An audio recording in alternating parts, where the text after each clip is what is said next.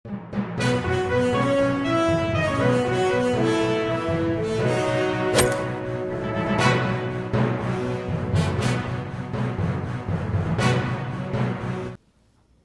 باللہ من الشیطان اللعین الرجیم بسم اللہ الرحمن الرحیم الحمد للہ الذی ہدانا لہذا وما کنا لنہتدی لولا ان ہدانا اللہ لقد جاءت رسل ربنا بالحق ثم الصلاة والسلام علی اشرف الانبیاء والمرسلین سیدنا و نبینا و شفینا و حبیب قلوبنا و طبیب نفوسنا مولانا و مول الکونین جد الحسن والحسین ابی القاسم مصطفیٰ محمد اللہم صلی علی محمد و آل محمد و علی اہل بیتہ الطیبین الطاہرین المعصومین المظلومین المنتجبین المنتخبین الغر المیامین ولعنت اللہ علی اعدائہم اجمعین من الآن الى قیام یوم الدین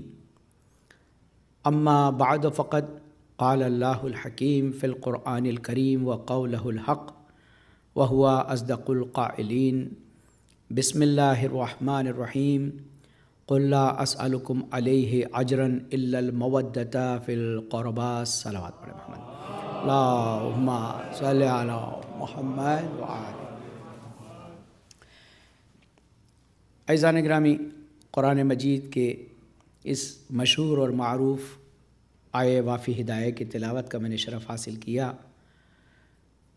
یہ آیت بھی اتفاق سے قل سے ہی شروع ہوتی ہے اور ان لوگوں کا جواب ہے کہ جو اپنے مال کے ذریعے سے رسول کی زحمتوں کا اجر ادا کرنا چاہتے تھے، یا یہ کہہ سکتے ہیں کہ لوگ اپنی امیری کو اور اپنی استعداد اور اپنی استطاعت کو ظاہر کرنے کے لیے اللہ کے حبیب سے یہ پوچھ رہے ہیں کہ آپ نے ہمیں احکام شریعت سے مالا مال کیا، ہماری بجھی ہوئی دل کی بستی کو آباد کیا، آپ نے انسان کو غرور کی پہاڑی سے اتار کر اور ضلالت کی کھائی سے نکال کر اخلاق کے سمتل میدان پر ہمیں کھڑا کیا۔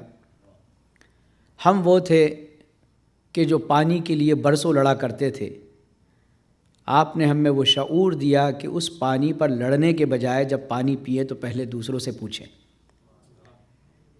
یہ تمام نعمات کے بعد ہماری ذمہ داری بنتی ہے کہ ہم اس رسالت کا اجر ادا کریں۔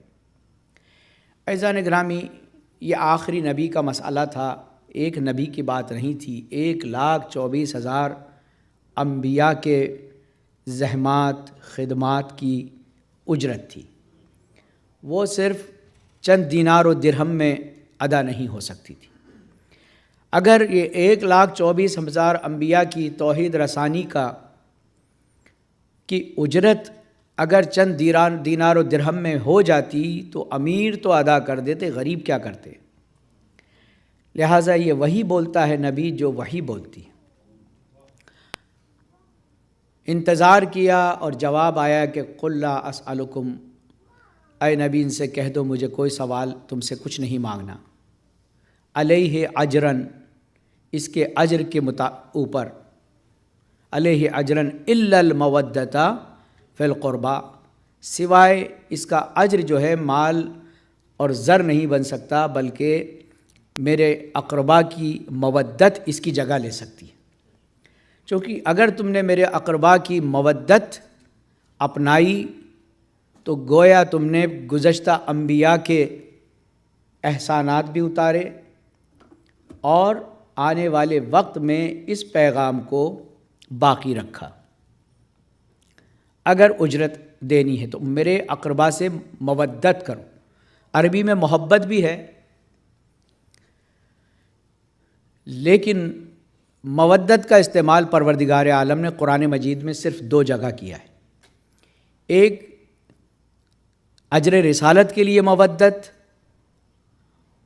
اور دوسرا جو رشتہ ازدواج، شادی کے بعد جو پروردگار عالم نے رشتہ قائم کیا ہے اس کے لیے مودت کا استعمال کیا ہے۔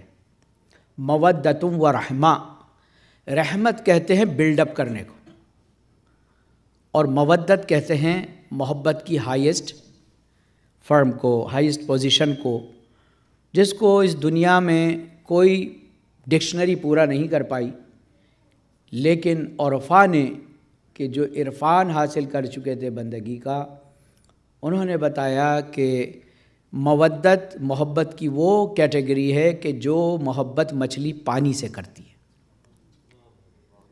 چونکہ اس مودت میں امکان حیات نہیں ہے اگر جدائی ہے تو۔ ہم اور آپ محبت جب کرتے ہیں تو ہم دعویٰ تو کرتے ہیں، محبت بھی کرتے ہیں، بہن بھائیوں سے محبت کرتے ہیں، لیکن وہ وہاں بیٹھے ہیں، ہم یہاں بیٹھے ہیں۔ دوستوں سے محبت کرتے ہیں، ہم یہاں بیٹھے ہیں، وہ وہاں بیٹھے ہیں۔ دور امکان ہے کہ ہم ان سے جدا ہو کر رہ لیں، لیکن مودت میں امکان جدائی نہیں۔ اگر مچھلی کو پانی سے جدا کر دیا جائے تو تصور حیات نہیں۔ بس محبت اور مودت میں یہی فرق ہے کہ محبت جذبات کے ابال کا نام ہے اور مودت عقل کے استعمال کا نام ہے۔ ایک صلوات پڑھیں محمد و آل محمد پر، اللہم صلی علی محمد و آل محمد۔ تو خداوند عالم آل محمد سے جو مودت کی کہہ رہا ہے وہ عقل کے استعمال کے لیے کہہ رہا ہے، سمجھنا۔ لہٰذا ہمیں کوئی اجرت نہیں چاہیے۔ قل لا اسألکم علیہ اجرا الا المودۃ فی القربیٰ، میرے اقربا سے مودت رکھو، ان سے جدا نہ ہو، یہی میری رسالت کی اجرت ہے۔ اب عزیزان گرامی، دنیا کو دیکھنا، وہ جتنے چاہے آرگیومنٹ کر لیں، وہ خدا سے زیادہ نبی کی زحمت کو نہیں سمجھ سکتے۔ لہٰذا پیغمبر ختمی مرتبت نے جو زحمات اٹھائی، 1,24,000 انبیاء پتھر کھائے، حضرت نوح کو اتنا ستایا، اتنا ستایا۔ ان کا نام نوح نہیں تھا، ان کا نام عبد الغفار تھا، نوح نام نہیں تھا ان کا۔ نوح تو ان کو لقب دیا گیا رونے کی وجہ سے، نوح کہتے ہیں نوحہ پڑھنے والے کو، سمجھنا۔ تو نوحہ پڑھنا، خدا کے لیے رونا کہ خدایا تیری راہ میں 2,800 سال آپ نے تبلیغ کی، اور جس میں سے 2,800 سال آپ نے زندگی بسر کی، جس میں سے 960 سال تبلیغ کی پیور، 900 سال۔ اب حضرت نوح کی قوم جو ہے تباہ اور برباد ہو گئی، لیکن آج بھی اس امت کو امت مرحومہ، کیونکہ رسول اللہ صلی اللہ علیہ وسلم نے خدمات کو بعد میں شروع کیا، پہلے اللہ سے وعدہ لیا کہ اس قوم کو امت مرحومہ قرار دے۔ مرحومہ سے مراد یہ نہیں کہ مردہ حکم قوم، مرحومہ یعنی رحم شدہ، کہ اس پر اب تو اپنے قہر نازل نہیں کرے گا اس امت پر۔ یہ مسلمان بڑا ناجائز فائدہ اٹھا رہا ہے اس بات کا، سمجھ رہے نا، یہ بڑا ناجائز فائدہ اٹھا رہا ہے، سمجھ رہے نا۔ تو بہت سے لوگ ہیں کہ مثلاً جو ہے سورہ کوثر کے بعد جو ہے ان کی نسل تو تباہ ہو گئی، ختم ہو گئی، آل محمد کی نسل ابھی باقی ہے، رسول اللہ کی نسل باقی ہے، اور اب جو نظر آتے ہیں تو یہ یقینی ہے کہ دشمنوں کی نسل تو تباہ ہو گئی، اب جو نظر آتے ہیں وہ ناجائز اولادیں، جائز نہیں، جائز کا ذکر نہیں، وہ تو ختم ہو گئی۔ اب جو آل محمد کے مقابلے میں آتے ہیں اور ان کے مقابلے میں، بہرحال ان سے ہماری بحث نہیں ہے۔ اس امت کو امت مرحومہ قرار دیا تو 960 سالہ تبلیغ کا نتیجہ ہے طوفان، اور رسول اللہ کی 23 سالہ زحمتوں کا نتیجہ ہے اسلام، سمجھ نا۔ وہاں پر 960 سال تبلیغ کرنے کے بعد نتیجہ طوفان آیا، لیکن 23 سالہ خدمات رسالت معاب کا نتیجہ ہے اسلام۔ یہ بہت بڑی نعمت ہے، صبح قیامت تک رہنے والا لازوال قانون ہے۔ اس کی وجہ صرف اور صرف یہ ہے کہ اس کے بعد رسول اللہ نے اس دین کو ان کے حوالے کیا کہ جو مر تو سکتے ہیں، مٹ نہیں سکتے، سمجھ رہے نا۔ چھری کی دھار سے کٹتی نہیں چراغ کی لو، بہت سے لوگ ہیں کہ آل محمد کے سلسلے کو ہم ختم کر، چھری کی دھار سے کٹتی نہیں چراغ کی لو، بدن کی موت سے کردار مر نہیں سکتا۔ تو آل محمد اس کرداروں کا نام ہے کہ جو ہر زمانے میں ہماری حوصلہ افزائی کرتے رہیں گے، اور ان کی مودت ہی حقیقت میں 1,24,000 انبیاء کی زحمتوں کا نتیجہ بن سکتی ہے۔ بقیہ کوئی عام چیز، پیسہ، دینار، درہم، زمین، یہ سب چیزیں ہماری تو ہے ہی نہیں، ہم کیا ادا کریں گے؟ ہم ادا ہی نہیں کر سکتے۔ لا یملک الا الدعاء، ہماری تو مملکت میں، ہماری ملکیت میں کچھ ہے ہی نہیں الا الدعاء، سوائے دعا کے۔ تو عزیزان گرامی، آل محمد سے ہمارا رشتہ جو قائم ہے، اور آج ہم جس نتیجے کو لے کے بیٹھے ہیں، آج جس سلسلے میں گفتگو کرنا چاہتے ہیں، یہ نتیجہ اس مودت کا ہے کہ جو مودت ام البنین کے بچوں نے خاندان رسالت سے انجام دی، اس کا نتیجہ یہ ہوا کہ پھر دنیا انہیں بھلا نہیں پائی۔ آپ دیکھیں گے کہ سب سے زیادہ جو ذکر ہوا ہے، اگر دیکھا جائے پوری دنیا میں کسی بادشاہ کی بیٹی ہو، کتنی ہی بڑی کیوں نہ ہو، کتنی ہی معروف فرد کی بیٹی کیوں نہ ہو، جتنا تذکرہ امام حسین کی بیٹی سکینہ بنت الحسین کا ہوا ہے، اتنا ذکر کسی کا نہیں ہوا۔ تاریخی عنوان سے 3,500 کتابیں جناب سکینہ پہ ہیں، کوئی معمولی بات نہیں ہے۔ ورنہ کہتے ہیں کہ 4 سال کی بچی تھی، 4 سال میں ہوتے ہی کتنے دن ہیں جو اس کے فضائل، اس کے کمالات، اس کے بیانات، اس کی باتوں کو ذکر کیا جائے۔ بچپن کے حالات چونکہ بڑے تو ہوئے ہی نہیں، 6 مہینے کا بچہ جناب علی اصغر، کتنی بات کر لیں گے آپ 6 مہینے کے بارے میں؟ لیکن تاریخ پر اس طرح سے درخشاں ہے، اس طرح سے یہ نمایاں ہے۔ اسی طریقے سے جو کربلا میں سب سے زیادہ رجوع کیا گیا، وہ جناب ابوالفضل العباس کی ذات ہے۔ تمام سپاہی، یعنی تمام صحابہ، تمام بنی ہاشم کے لوگ، تمام خواتین، تمام بچوں کا رجوع کربلا میں سب سے زیادہ جناب ابوالفضل العباس سے تھا۔ تو یہ اس بات کی دلیل ہے کہ جناب عباس امام حسین سے کتنے قریب تھے۔ جناب فاطمہ زہرا سلام اللہ علیہ کے بعد اللہم صلی علی محمد وآل محمد، کیا آپ کو ایسا لگتا ہے کہ حضرت علی کو شادی کرنی چاہیے تھی؟ شادی کرنی چاہیے تھی، لیکن حضرت امیر نے جو شادی کی ہے وہ وعدہ تھا فاطمہ زہرا سلام اللہ علیہ سے۔ آپ نے جناب علی مرتضیٰ سے، کیونکہ یہ واقعاً نبی کی شیر دل بیٹی کی بات ہے کہ جب امام حسین کی ولادت ہوئی اور جبریل امین شہادت کا پیغام لے کر آئے تو رسالت مآب کی آنکھیں نم ہو گئی۔ بیٹی نے پوچھا، بابا میرے چھوٹا شہزادہ ہوا ہے، آپ کی آنکھوں میں آنسو؟ تو کہا کہ بیٹا ابھی جبریل امین مجھے اطلاع دے کے گئے ہیں کہ ذبح عظیم اس بچے کو قرار دیا گیا ہے۔ ہم جو یہ سنتے ہیں کہ اسماعیل کی جگہ دمبا آ گیا، اور وہ ذبح عظیم، نبی کے عوض میں کوئی دمبا جو ہے ذبح عظیم نہیں بن سکتا۔ اللہ نے کہا کہ چونکہ ابراہیم تم اس خواب کو کر گزرے، لہٰذا ہم نے قبول کیا اور اسماعیل کی حیات کو لوٹایا۔ لہٰذا یہ ذبح عظیم حسین کی قربانی کی شکل میں اللہ نے، جتنا بڑا ہوتا ہے اتنا بڑا امتحان ہوتا ہے۔ آپ نے دیکھا ہوگا کہ ہمارے ملک میں جتنی بڑی پوسٹ ہوتی ہے اس کا امتحان بھی اتنا ہی بڑا ہوتا ہے، جتنا بڑا مقام ہوتا ہے اتنی بڑی سفارش بھی ہوتی ہے۔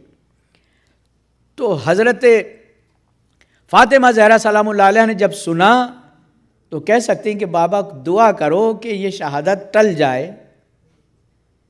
بی بی نے اس وقت آپ کو یاد کیا۔ یہ قوم کیوں زندہ ہے؟ میں پہلی مجلس میں آپ سے کہہ چکا ہوں کہ ہمارا تعلق بی بی سے ہے۔ سادات ہیں تو اولاد سیدہ ہیں، اور غیر سادات ہیں تو دعائے سیدہ ہیں۔ اس کے علاوہ جو ہے ہمارے پاس راستہ نہیں۔ اللہم صلی علی محمد وآل محمد۔ تو بی بی نے یہ نہیں کہا کہ بابا کوئی ایسی تدبیر کیجئے کہ میرا یہ بچہ ذبح نہ ہو۔ بی بی نے بس ایک بات پوچھی کہ بابا میرے اس غریب پر، میرے اس حسین پر رونے والا کوئی ہوگا؟ کہا کہ بیٹا میں تو نہیں رہوں گا۔ کہا بابا میں رہوں گی؟ کہا سیدہ تم بھی نہیں رہو گی؟ کہا علی مرتضیٰ ہوں گے؟ کہا وہ بھی نہیں ہوں گے۔ کہا حسن ہوں گے؟ کہا وہ بھی نہیں ہوں گے۔ تو کہا کہ بابا میرا بیٹا غریب رہ جائے گا؟ غریب 3 معنی میں کہتے ہیں. ہمارے یہاں غریب پیسہ نہ ہونے والے کو کہتے ہیں، فقیر کو غریب کہتے ہیں، وہ ڈیفرنٹ تھنگ. غریب عربی میں پردیسی کو کہتے ہیں. اگر کوئی پردیس میں جائے تو اس کو غریب کہتے ہیں. دوسرا غریب اسے کہتے ہیں کہ جس کا میزبان دشمن بن جائے. جس کا میزبان دشمن بن جائے اس کو غریب کہتے ہیں. اور تیسرا غریب اسے کہتے ہیں کہ جس کا کوئی دوست نہ رہے. تو علی مرتضیٰ سے فاطمہ زہرا سلام اللہ علیہ کی یہ وصیت تھی کہ خدا کے حکم کو تو ہم سر آنکھوں پہ رکھتے ہیں، لیکن علی کوئی ایسا اہتمام کرو کہ میرا حسین غریب نہ کہلائے، میرا حسین غریب نہ کہلائے. کسی کی مجال نہیں جو اس کو غریب کہہ کر خطاب کرے، غریب کہہ کر پکارے. تو عزیزان گرامی، آپ اندازہ لگائیے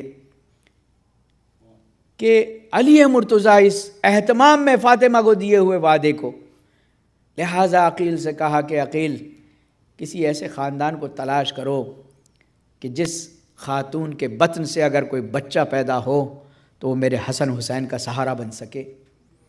اور جناب عقیل جو انساب عرب کے معروف اور مشہور تھے، انہوں نے کہا کہ ہاں علی، میرے نزدیک ایسا قبیلہ ہے کہ جہاں پر شجاعت، وفاداری، پاسداری اور کردار کو اہمیت دی جاتی ہے. علی مرتضیٰ نے کہا کہ بسم اللہ کیجئے. قبیلہ بنی کلاب کے سردار کے یہاں پر جناب عقیل پہنچ گئے. جیسے ہی بنی ہاشم کے ایک فرد کو دیکھا، قبیلہ بنی کلاب کے سردار نے اپنے مسند کو چھوڑ دیا اور کہا شہزادے آپ یہاں بیٹھیے. کیسے آنا ہوا؟ حکم دیا ہوتا تو ہم حاضر ہو جاتے. کہا کہ یہ ایسا امر ہے کہ اس میں لڑکے والوں کو جانا پڑتا ہے. اب آپ اندازہ لگائیے کہ جو بچے کہتے ہیں کہ نسل سے کیا ہوتا ہے، حسب سے کیا ہوتا ہے، نسب سے کیا ہوتا ہے، بے شک جو ہوتا ہے اس کا نتیجہ بہت بعد میں آتا ہے. لیکن سیرت ہماری یہ ہے کہ جب ہم کسی کو اپنائیں تو پہلے اپنے ہدف کو تلاش کریں. ہدف علی مرتضیٰ کا یہ تھا کہ ایسا بچہ ہو کہ کسی حال میں حسین کو غریب نہ بننے دے، پردیسی کہہ کر کوئی حسین پر غالب نہ آ جائے، کوئی میزبان حسین کے ساتھ توہین آمیز کلمات استعمال نہ کر لے. لہٰذا ایک ایسے ہی بیٹے کی تلاش تھی. اب عزیزان گرامی، آپ کو کہا جائے کہ آپ ایک دعا مانگ لیجئے، بس ایک سے زیادہ آپ نہیں مانگ سکتے، تو آپ سچ کہیے گا کہ کیا آپ کو چھوٹی موٹی بات مانگیں گے اس کے لیے؟ جب ہم جیسا بشر، عام انسان پوری زندگی کا مشاہدہ کرنے کے بعد ایک نتیجہ نکالے گا کہ مجھے یہ مانگنا چاہیے، تو علی مرتضیٰ کہ جس نے پوری زندگی دوسروں کے لیے مانگا، آج وہ فاطمہ کو دیے ہوئے وعدے کے لیے رب سے کیا مانگ رہا ہے کہ میرے معبود مجھے ایسا فرزند عطا فرما کہ جس طرح میں نے رسالت مآب کی خدمت انجام دی ہے، وفاداری پیش کی ہے، اسی طرح وہ حسنین کریمین کی وفا میں رہے اور ان کے ساتھ ان کی خدمت میں رہے. پروردگار عالم نے علی مرتضیٰ کی اس بات کو سنا. تو جناب عقیل وہ واقعہ آپ نے سنا ہوا ہے کس طرح سے رشتہ ہوا، اور رشتہ ہونے کے بعد عقد امیر المومنین ہوا. جناب فاطمہ بنت کلاب گھر میں آئی ہیں تو دونوں فرزندوں نے اور دونوں بیٹیوں نے فاطمہ کی استقبال کیا، ماں کہہ کر پکارا. بی بی نے ہاتھ جوڑ لیے، کہا شہزادے اور شہزادی یہ تصور بھی نہ کرنا کہ میں تمہاری ماں بن کے آئی، میں اس گھر میں تمہاری کنیز بن کر آئی ہوں. آپ اندازہ لگائیے فاطمہ کے 4 بیٹوں کی خدمت نے ام البنین فاطمہ کلابیہ بنی کلاب کو، فاطمہ کلابیہ کو 7 اولادیں عطا فرمائی، 4 بیٹے اور 3 بیٹیاں، 4 بیٹے اور 3 بیٹیاں عطا فرمائی. اور بلند مقامی کو دیکھیے اس خدمت اور اس وفاداری کے صلے میں کہ ام البنین کے 4 بیٹے حسین پر قربان ہوئے، 3 داماد حسین پر قربان ہوئے، 4 نواسے تھے، 4 نواسے قربان ہوئے. اب آپ اندازہ لگائیے کہ ام البنین کی خدمت کو رب نے کیسا، چونکہ شہادت عزیزان گرامی میرے اور آپ کے ہاتھ میں نہیں ہے، شہادت کے لیے پہلے انسان کو اپنی جان سے گزرنا پڑتا ہے، سمجھ رہے؟ تو جناب ام البنین کو یہ مقام ملا کہ آپ کو لوگوں نے فاطمہ کلابیہ کی بجائے ام البنین یعنی بیٹوں کی ماں، عرب میں کسی کے اگر 3 بیٹے ہو جاتے تھے تو وہ 3 جمع کا صیغہ ہے، یعنی بیٹوں کی ماں کہہ کر پکاری جاتی تھی، بڑا فخر کے ساتھ۔ آپ اندازہ لگائیے کہ جناب ام البنین علیہ السلام کی خدمات، زحمات، وفاداری نے جناب امیر المومنین کو 4 فرزند عطا فرمائے۔ ایک فرزند آپ کا 23 ہجری میں متولد ہوا، جناب عباس کی ولادت 23 میں بھی ہے، 26 ہجری بھی کہی جاتی ہے۔ دوسرا بیٹا 32 ہجری میں، تیسرا بیٹا 36 ہجری میں، اور چوتھا بیٹا امام کی شہادت سے کچھ دن پہلے جو ہے اس دنیا میں آیا۔ اب آپ اندازہ لگائیے کہ جناب ابوالفضل العباس کی اگر عمر کو لگایا جائے تو آپ کی عمر مبارک اس زمانے میں کتنی رہی ہوگی، یعنی 32 سال بھی کہا جاتا ہے، 34 سال۔ تو 34 سال کے سن سے لے کے 20 سال کے سن تک ام البنین کی قربانیاں اور بیٹوں سے سختی سے کہا ہوا تھا کہ بیٹوں مجھے وعدہ دو کہ کبھی فاطمہ کے فرزندان کو اپنا بھائی نہیں کہو گے۔ دنیا اس بات پر مری جا رہی ہے کہ کس طرح سے ہمیں یہ بھائی کہہ دے۔ ام البنین نے جس رشتے سے وارد ہوئی تھی اس رشتے کو اپنی نسل میں ایسا ودیت فرمایا تھا کہ اگر حکم امام نہ ہوتا تو کبھی ام البنین کے بیٹے حسین کو بھائی نہ کہتے، ہمیشہ آقا کہہ کر پکارا۔ جناب ابوالفضل العباس کو اگر دیکھا جائے تو تمام ماؤں سے 8 ماؤں سے جناب ابوالفضل العباس کے 14 بھائی تھے، خود 15ویں تھے، علی مرتضیٰ کے 15 بیٹے تھے۔ 15 بیٹوں میں سے 13 بیٹے کربلا میں شہید ہوئے۔ آپ انداز لگاتے ہیں حضرت علی کے 15 میں سے جو ہے 3 بیٹے نہیں تھے، 3 بیٹے کربلا میں، امام حسن نہیں تھے، محمد حنفیہ نہیں تھے، اور ایک فرزند اور تھے جو کربلا میں نہیں تھے۔ تو 15 میں سے 12 بیٹے امیر المومنین کے کربلا میں شہید ہوئے۔ حضرت امیر المومنین کی 18 بیٹیاں تھیں، 18 بیٹیوں میں سے 4 کی شہادت، 4 کی رحلت حضرت امیر کی زندگی میں ہو گئی تھی، لیکن 14 بہنیں ابوالفضل العباس کی جو تھی کربلا میں موجود تھی۔ آپ اندازہ لگائیے، گھرانہ ہے کہ حسین کو چھوڑنا نہیں چاہتا، اپنی قربانی، اور اس طرح جس بیٹی جناب زینب اولیاء مقام میں نے عرض کیا تھا کہ پھر زینب کی نسل نہیں رہی، مسلم بن عقیل کی نسل نہیں رہی۔ جناب مسلم بن عقیل کی زوجہ جناب ابوالفضل العباس کی بہن ہے جناب رقیہ۔ تو آپ اندازہ لگائیے کہ قربانی کی ایسی چاشنی ام البنین نے اپنے بچوں کو ودیت فرمائی تھی کہ امام حسین کے پسینے پر خون بہانے کو تیار تھے۔ لہذا یہ افتخار اس بی بی کو ملنا چاہیے۔ ہم جو عزت اور احترام سے مادر عباس کو پکارتے ہیں، چونکہ ہم آشنا نہیں ہیں اتنے زیادہ، اس وجہ سے جو ہے ہم جناب فاطمہ سلام اللہ علیہ سے ہی کے ذریعے ہی، اور مانگنا بھی چاہیے، لیکن آپ کی کنیز خاص جناب ام البنین کے توسط سے بھی اگر مانگا جائے تو انکار نہیں ہے۔ اور اکثر اور بیشتر روایتوں میں ہے کہ اگر آپ کسی زیارت کے قبول ہونے کی سند چاہتے ہیں تو جس بھی امام کی آپ زیارت پڑھیں اس کو ہدیہ کریں جناب ابو طالب، فاطمہ بنت اسد اور ام البنین کو، کبھی رد نہیں ہوگی۔ وہ مقبول زیارات میں سے ہے کہ جو آپ ان کی طرف سے پڑھتے ہیں۔ تو عزیزان گرامی، اس کے بعد جناب امیر المومنین نے خدا سے دعا کی کہ میں اپنے وعدے کی وفا کر سکوں، مجھے ایسا بیٹا عطا فرما کہ جو حسنین کریمین کے لیے جو ہے اپنی جان کو قربان کر دے، ان کے لیے یہ لفظ غربت ان کی زندگی میں نہ آنے دے۔ اور یہی وجہ تھی کہ کس کی مجال جو جناب ابوالفضل العباس اور ان کے بھائیوں کے ہوتے ہوئے، اور بقیہ بھی بیٹے تھے، لیکن یہ چاروں بھائیوں کو، چاروں بیٹوں کو ام البنین کی یہ وصیت نصیحت تھی کہ خبردار شہزادہ تنہا نہ رہیے۔ اور یہی وجہ تھی کہ جب آپ جو ہے والی مدینہ کے پاس جا رہے تھے تو جناب زینب اولیاء مقام نے ان بنی ہاشم کے جوانوں کو بلایا، کہا کہ میرا ماجایا دربار میں جا رہا ہے، عباس میرے بھائی کی خیر ہو۔ جناب ابوالفضل العباس نے وعدہ دیا کہ بی بی جس طرح سے میرے آقا جا رہے ہیں اسی طرح سلامتی کے ساتھ واپس آئیں گے، یہ عباس کا وعدہ ہے۔ اور پھر امام حسین نے منع نہ کیا ہوتا، کہا آقا میں آپ کو اکیلا نہیں جانے دوں گا۔ کہا نہیں بھیا، شاید وہ تم سے خوف زدہ ہو کر اپنی بات نہ کہہ سکے، ذرا ان کی بات پوچھنے دو، یہ مدینہ ہے عباس، میری آواز اگر بلند ہو جائے تو تمہیں حق ہے کہ تم اپنے جوانوں کو لے کر آ جاؤ۔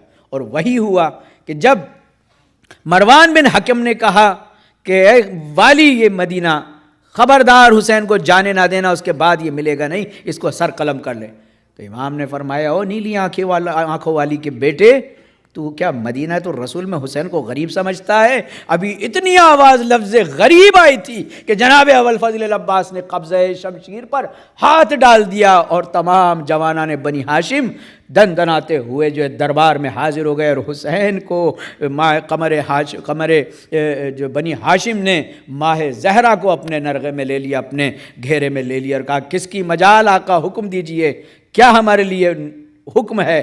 جناب حسین نے فرمایا کہ عباس بس گھر جانا چاہتا ہوں۔ تو عزیزان گرامی، جناب ابوالفضل العباس شجاعت، سخاوت، علم میں آپ اندازہ لگائیے کہ جب علی جیسا عالم ممبر سے علم کے گوہر لٹا رہا ہو تو کوئی اور حاصل کرے یا نہ کرے، جو علی کی تمناؤں کا مرکز ہے اس کو کیا نہیں ملے گا وہ علم؟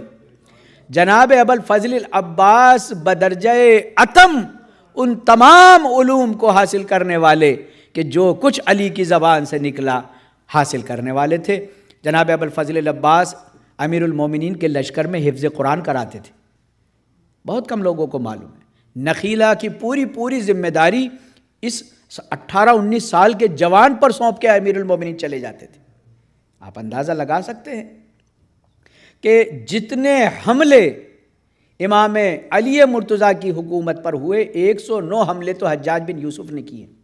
109 حملے اس وقت کے جب لوگ یا سحری کر رہے ہوتے تھے، یا اس وقت کے جس وقت لوگ صبح کی نماز پڑھ رہے ہوتے تھے، یہ آتا تھا اور کوفے کی سرحدوں پر مار کاٹ کر کے چلا جاتا تھا۔ آس پاس کے جو لوگ علی کی محبت میں تھے ان سب کو 109 حملے ہوئے ہیں، اور ان میں علی کے ایسے شاگرد مارے گئے جس کے لیے علی آخری عمر تک روتے رہے۔ وہ نابغہ زمانہ تھے، چونکہ بقیہ لوگ تو جاتے نہیں تھے، لیکن علی مرتضیٰ نے ایک دن دشمن سے جو ہے کمزوری کا اظہار نہیں کیا۔ کیوں؟ اس کی وجہ یہی تھی کہ عباس جیسے جوان، محمد حنفیہ جیسے جوان سمجھ رہے نا موجود تھے۔ جناب محمد حنفیہ بھی جناب ابوالفضل العباس کے بھائی تھے، بھائی یعنی علی کے بیٹے کی بنیاد پر۔ تو امام علی مرتضیٰ کے تمام بیٹے جن کو علی مرتضیٰ نے اپنا شاگرد بھی بنایا ہوا تھا، علم بلایا، علم منایا اور تمام علوم سے ان کو آشنا کرایا ہوا تھا، یہ موت سے نہیں ڈرتے تھے، کیونکہ ان کو خود معلوم تھا ہم کیسے مارے جائیں گے، ہم کیسے مارے جائیں گے اور ہمارا بدلہ کیسے پورا ہوگا، یہ بھی معلوم تھا۔ تو لہٰذا ان جوانوں کو کوئی کس کی مجال کہ کوئی تنہا کر دے۔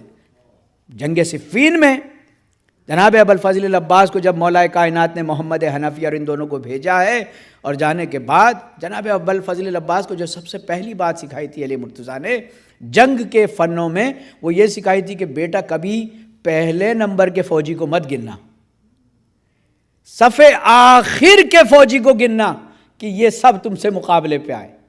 اپنا ہدف جو ہے فوج کی پہلی صف نہیں ہونی چاہیے، تمہاری جنگ میں تمہارا ہدف جو ہے وہ آخری صف میں کھڑا ہوا فوجی ہونا چاہیے، تب کہیں جا کے تمہیں یہ مجمع چھوٹا لگے گا۔ اور یہی وجہ تھی کہ جناب ابوالفضل العباس نے ذرہ برابر بے عنوان علمداری کبھی امام حسین سے آ کر ہی نہیں کہا آقا میں کیا کروں، ہمارے پاس تو اتنے ہی لوگ ہیں، یہ کیا کروں، کبھی کوئی نہیں۔ ادھر جیسے ہی فوج میں زیادتی ہوتی تھی، لوگ پریشان ہوتے تھے، جناب عباس ان کے دلوں کو بڑا کرتے تھے، ارے کس کی مجال، یہ تو میرے اونو محمد کے شکار ہیں، یہ تو میرے قاسم کے شکار ہیں، یہ تو میرے علی اکبر کے شکار ہیں، اور ان کی کیا مجال جو میرے آقا کی طرف آ جائے۔ کہتے ہیں نا کہ وہ جس کا گنبد خضرا پہ نام لکھا ہے اسی کو میں نے بھی اعلیٰ مقام لکھا ہے، درخت طوبہ کے ہر شاخ اور پتے پر میرے حسین فقط تیرا نام لکھا ہے، در حسین مزار حسین پر ہی نہیں سبیل آپ پہ بھی فیض عام لکھا ہے، اور حبیب حشر میں نسلوں کے کام آئے گا، وہ خط حسین نے جس میں سلام لکھا ہے، وہ تپتے صحرا پہ غازی نے خط جو کھینچا ہے، وہ تپتے صحرا پہ غازی نے خط جو کھینچا ہے، اردو سمجھتے ہیں کہ قتل عام لکھا ہے، عدو سمجھتے ہیں کہ قتل عام لکھا ہے، فرشتے آ کے مسلسل طواف کرتے ہیں، دبیر کس کی مدح میں کلام لکھا ہے۔ تو عزیزان گرامی، جناب ابوالفضل العباس نے مہلتیں نہیں مانگی ہیں کہ ہمیں مہلت دے دو، میرے آقا کو جانے دو، مجھے جانے دو، یہ مہلتیں نہیں، بلکہ بس شمشیر سے خط کھینچ دیا جاتا تھا کہ خبردار اس خط کو عبور نہ کرنا، اس خط کو عبور نہ کرنا، تمہیں پہلے ہی کہہ دیا۔ یہ آپ کیا سمجھتے ہیں 9 محرم کو حسین پر حملہ ہونے والا تھا؟ کیا اس حملے کو جو ہے عمر سعد ایسے ہی مان گیا؟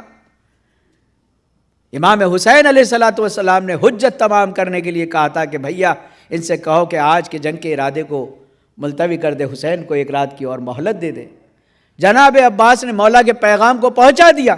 شمر کہتا ہے کہ عباس تم ہمارے امان نامے کو ٹھکرا چکے ہو، اب ایک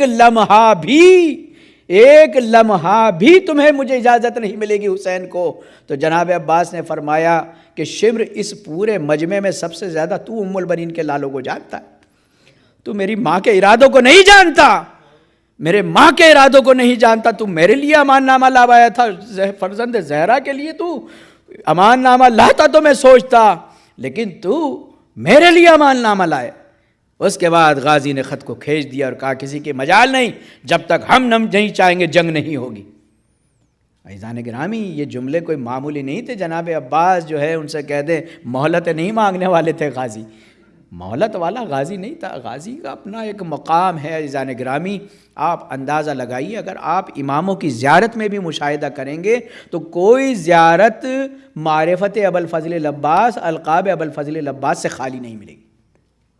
ہر امام نے جو ہے ان کو اپنا چچا کہہ کر پکارا ہے، یہاں تک کہ امام مہدی دین آخر الزمان عجل اللہ تعالی فرجہ الشریف، اللہم صلی علی محمد وعلی محمد، کیونکہ آخری امام جو ہیں ان کی بڑی نسبت ہے جناب ابوالفضل العباس سے، اور ان کا مقام بھی آپ اندازہ نہیں لگا سکتے۔ اختیارات میں 1,24,000 انبیاء اور بقیہ تمام اماموں سے زیادہ اختیار اللہ نے جو دیے ہیں وہ امام زمانہ خود ہی ہیں، کیونکہ تمام انبیاء، تمام ائمہ کو جو اختیار دیے ہیں وہ فیصلہ کرنے کے حکم ظاہری کی اجازت دی ہے، حتیٰ آخری رسول کو بھی حکم باطنی کی اجازت نہیں ملی، حکم ظاہری کی، کہ اللہ کے حبیب اگر آپ کے پاس مقدمہ آئے تو اس کو سزا دینا، ورنہ کیا رسول اللہ کو نہیں معلوم تھا مدینے میں کتنے چور ہیں، کتنے جھوٹے ہیں؟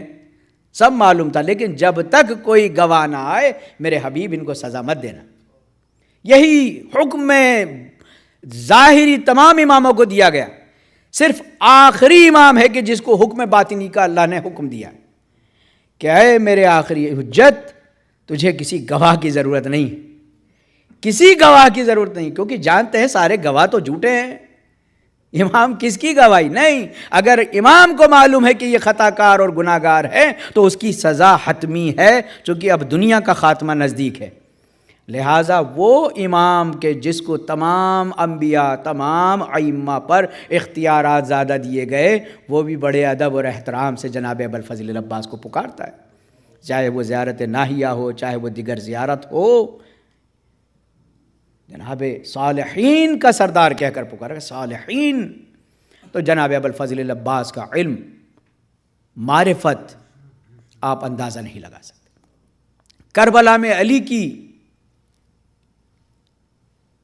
جو بیٹیاں تھیں 18 میں سے 4 کی وفات ہو چکی تھی، لیکن 14 بیٹیاں اور ان کے بچے یہ سب کے سب اپنے ہر کام کی امید عباس سے رکھتی تھی، جناب ابوالفضل العباس سے رکھتی تھی۔ اور آج بھی اگر ہم زیارت کو مقبول کرانا چاہتے ہیں تو حکم یہی کہ پہلے عباس کے روزے سے ہو کر آنا۔ وہ رشتہ جو رسول اللہ اور علی کا تھا، انا مدینۃ العلم وعلی بابھا، تو حوائج کا دروازہ یہ ہے، حوائج کا دروازہ ام البنین کا فرزند ہے۔ عزیزان گرامی، جناب ابوالفضل العباس حضرت علی مرتضیٰ، آپ دیکھیں حسن اور حسین جو ہیں وہ عصمت کبریٰ عصمت پر تھے، لہٰذا ان کی ساخت و ساز اللہ کی تھی، اللہ کے شاہکار تھے حسن اور حسین، لیکن علی کو جو اللہ نے کمالات دیے تھے، علی بھی تو اپنا شاہکار پیش کرنا چاہتے تھے، تو علی کا شاہکار ہے ابوالفضل العباس، کہ جو نزدیک بے عصمت ہے، کہ کوئی خطا ان کی ذات میں نہیں پائی جاتی، امکان خطا ہے لیکن نہیں پائی جاتی۔ ماں باپ کی چاہے اطاعت ہو، فرما برداری ہو، بھائی کی اطاعت اور فرما برداری ہو، جناب ابوالفضل العباس نے کبھی بھی جو ہے کسی کو اس مقام پہ نہیں جانے دیا۔ اس کے علاوہ حافظ قرآن تھے، اس کے علاوہ جناب ابوالفضل العباس نے جناب علی اکبر کی تربیت کی۔ فرزندان اماموں کی تربیت کرنا معمولی بات نہیں ہے۔ ان فرزندوں کی تربیت کی، جناب قاسم، اون و محمد، تمام بچے جو ہے ابوالفضل العباس سے مانوس تھے۔ یہ عباس وہ ہے کہ جس کو فوجوں کی بھی فکر ہے، یہ وہ ہے جن کو اصحاب کی بھی دیکھنا ہے، یہ وہ ہے کہ جن کو بیویوں کی بھی ڈھارس بنے رہنا ہے، یہ وہ ہے کہ جن کو امام کو بھی دلاسا دیتے رہنا ہے کہ آقا میں ہوں ابھی، آقا میں ہوں ابھی۔ اور جب تک جناب ابوالفضل العباس رہے تب تک کا تاریخ لکھتی ہے کہ امام حسین علیہ الصلاۃ والسلام کو احساس غربت نہیں ہونے دیا۔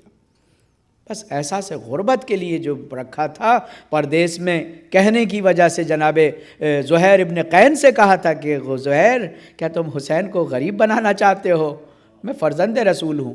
اور یہی خط جو ہے من الحسین الغریب، جناب حبیب ابن مظاہر کو، چونکہ دوست کے بغیر انسان غریب کہلاتا ہے، سمجھ لینا۔ اور جناب ابوالفضل العباس اور ان کے بھائیوں نے ہمیشہ ملاقات کر کے یہی کہتے تھے کہ بھیا کیا کیا جائے، کیا تدبیر کی جائے کہ آقا کو کربلا سے بھیج دیا جائے اور ہم یہاں پر مقابلہ کرتے رہیں، ہم آقا کو مدینے بھیج دیں، جہاں جانا چاہتے چلے جائیں۔ لہٰذا جناب ابوالفضل العباس نے وہ تمام تدابیر کی۔ جناب ابوالفضل العباس بار بار امام کی خدمت میں آتے تھے، بار بار امام کی خدمت میں آتے تھے۔ آقا مجھے اجازت دیجیے، آقا مجھے اجازت دی۔ امام حسین علیہ الصلاۃ والسلام اس بھائی پر فخر کرتے تھے کہ جس کو دیکھنے کے لیے سر کو بلند کرنا پڑتا ہے، ایسی قامت، ایسا لہیم شہیم علی کا لال، تمام فنون جنگی کا مالک۔ اور اس بات پہ ابوالفضل العباس کو فخر تھا کہ جب کبھی بھی کوئی مرحلہ آیا تو حسین نے یہ کہہ کر جناب عباس کو سمجھایا کہ بھیا تم تو کربلا کے لیے ذخیرہ ہو، تم تو کربلا کے لیے ذخیرہ ہو۔ امام حسن کے تابوت پر تیر پھینکے گئے، غازی نے اپنے تیور بدلے، حسین نے یہ کہا کہ بھیا تم تو کربلا کا ذخیرہ ہو، تم تو کربلا کا ذخیرہ ہو۔ عزیزان گرامی آپ اندازہ لگائیے، جناب ابوالفضل العباس مطیع و فرما بردار، حسین کی خدمت میں بار بار ام البنین کا لال۔ جناب ابوالفضل العباس کے بھائی بار بار آتے تھے تو امام حسین علیہ الصلاۃ والسلام یہی کہتے تھے، بلا بلا کر کہتے تھے کہ دیکھو تم چلے جاؤ، میں اپنی بیعت کو تمہاری گردنوں سے اٹھاتا ہوں۔ لیکن جناب عباس کے بھائی اپنی تلواروں کو ہاتھ میں لے کر کہتے تھے، آقا یہ تلواریں ہیں، ہمیں حکم دیجئے کہ اپنے ہاتھوں سے اپنی گردنوں کو کاٹ دیں۔ ارے ام البنین کے فرزندان سے آپ چاہتے ہیں کہ آپ کو چھوڑ کر چلے جائے؟ امکان نہیں ہے، ہم اپنی ماں کو کیا منہ دکھائیں گے، ہم اپنی ماں کو کیا منہ دکھائیں گے، ہمارا وجود جو ہے آپ کے لیے قربانی پیش کرنا ہے۔ عزیزان گرامی، جناب ابوالفضل العباس کو واپس بھیج دیا گیا۔ ایک مرتبہ کہتے ہیں کہ مہر پرتاپ و تپش اپنے سفر پر جو چلا، روشنی ہو گئی دریا کا کنارہ چمکا، رفتہ رفتہ یہ سما دھوپ کی شدت میں ڈھلا، ریت میں آگ لگی دشت حرارت سے جلا، اور نرم ہو گرم ہو کہ جو صحرا سے ہوا آنے لگی، العطش کی درے خیمہ سے صدا آنے لگی۔ ان کے عباس بڑے روح فشاں سوئے حرم، دیکھا بچوں کی جو یہ تشنہ لبی کا عالم، خشک ہونٹوں پہ زباں پھیر رہے تھے پیہم، کہا شہزادی سکینہ نے یہ بات دیدہ نم، 3 دن ہو گئے ہم لب تر نہ کر نہ سکی، اب میں بھی پیاسی ہوں چچا جان علی اصغر بھی۔ کہتے ہیں کہ یہ سنتے ہی گھبرا کے چلی جلد وہ بیاس، تو دے ہوئے جاتے تھے لب و لال یہ تھی پیاس، زینب نے کہا آتی ہے لو عاشق عباس، عباس نے گودی میں لیا آ کے بسدیاس، بہتے تھے جو آنسو خلف شہر خدا کے، سوکھے ہوئے لب ملنے لگی منہ سے چچا کے، عباس نے فرمایا کہ کیا چاہیے جانی، شرما کے سکینہ نے یہ کی عرض کے پانی، اللہ اللہ بجھائے گا تیری تشنہ دہانی، لو گود سے اترو تو اب ہم جائیں سکینہ، لے آؤ کوئی مشک تو بھر لائے سکینہ۔ یہ سنتے ہی اس پیاسی میں ایک جان سی آئی، فضا گئیں اور دوڑ کے مشکیزے کو لائی، یہ کہنے لگی رو کے وہ شبیر کی جائی، میں رن میں چلی آؤں گی گر دیر لگائی، جاتے ہو تو آنے کی قسم کھا کے سیدھا رو۔ عزیزان گرامی، ایک مرتبہ جناب عباس نے کہا، اے میری لاڈلی، اے سکینہ، اے سکینہ، آؤ اور آ کے اپنے بابا سے میری سفارش کر دو۔ سکینہ کو آغوش میں لیا، آقا کی خدمت میں پہنچے۔ آقا میں جانتا ہوں کہ آپ مجھے جنگ کی اجازت نہیں دیں گے، کیونکہ آج جنگ کا ارادہ نہیں ہے آپ کا، لیکن یہ بچے میرے آقا، ان بچوں کی صدائے التش نے میرے کلیجے کو چھلنی کر دیا ہے، مجھے شرم آتی ہے، میرے ہوتے ہوئے یہ بچے پیاسی رہے اور یہ ملعون اپنے سپاہیوں کو اس فرات سے پانی پلائے۔ آقا مجھے صرف اجازت دے دیجئے کہ میں یہ فرات آپ کے لیے لے آؤں، یہ فرات آپ کے قبضے میں لا کر دے دوں۔ ایک مرتبہ جناب عباس سے فرمایا، اے بھیا میں کس طرح سے آپ کو اجازت دوں، اے بے بھیا تم تو میرے لشکر کے علمدار ہو۔ فرمایا آقا وہ لشکر ہی کہاں رہا جس کا میں علمدار ہوا کرتا تھا، اب تو ہر صدائے التش میرے سینے کو چھلنی کر رہی ہے، میں کس طرح سے ان بچوں کا جواب دوں۔ امام نے کہا ٹھیک ہے بے بھیا عباس، سکینہ سے کہا مشکیزہ لا دو، کہا بھیا صرف سبیل آپ کی اجازت دیتا ہوں۔ ایک مرتبہ غازی جب چلے ہیں تو عزیزان گرامی جانتے ہیں، ارے غازی کے ہاتھ میں شمشیر بھی نہیں تھی، تلوار بھی نہیں تھی، حسین کے ارادے کو سمجھ گئے تھے۔ امام جانتے تھے اگر عباس کے ہاتھوں میں تلوار دے دی گئی تو اردو سمجھ لیں گے کہ حسین قتل عام چاہتے ہیں۔ عباس سے کہا بھیا یہ تلوار مجھے دے دو، اس کے بدلے میں ایک نیزہ دے دیا۔ نیزہ اس لیے کہ بھیا جب لوگ تمہارے قریب ہو تو انہیں دور کر دینا۔ ایک مرتبہ غازی نے اپنے علم پر مشک سکینہ کو ٹانگا اور حسین سے رخصت ہونے چاہتے تھے۔ ایک مرتبہ حسین نے پرچم پر لکھ دیا انا للہ و انا الیہ راجعون۔ ارے یہ ماجرا فضا نے زینب اولیاء مقام کو بتایا، اے بی بی ارے غازی کے علم پر لکھ دیا گیا انا للہ و انا الیہ راجعون۔ ایک مرتبہ زینب نے کہا ارے میرے بھیا کو بلا دو، غازی آئے، آنے کے بعد کہا بھیا اے بھیا ایک روز میں بابا کے پاس بیٹھی تھی، ایسی شدید آندھی چلی میری چادر میرے بازوؤں کے نیچے آ گئی، بابا نے رونا شروع کر دیا، میرے بازوؤں کے بوسے لینا شروع کر دیا۔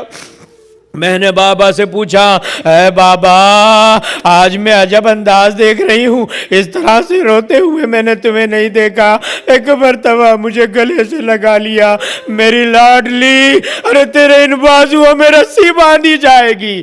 بابا نے کہا تھا میں اس بات کو مانتی تھی، لیکن آقا میرے آقا کی اس بات کے بعد اللہ نے مجھے بھائی دینے شروع کیے۔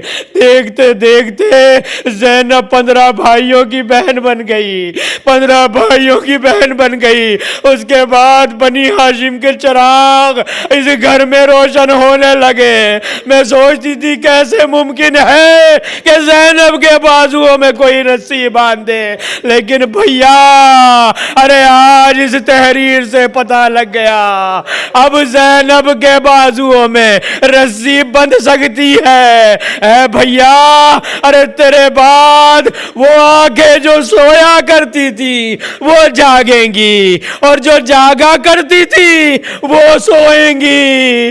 یعنی اے بھیا ارے تیری شجاعت کی بنا پر جو اہل حرم آرام کیا کرتے تھے اب ان کی آنکھیں خوف سے بیدار رہیں گی، اور وہ دشمن جو خوف سے جاگا کرتے تھے تیری عدم موجودگی میں آرام کریں گے۔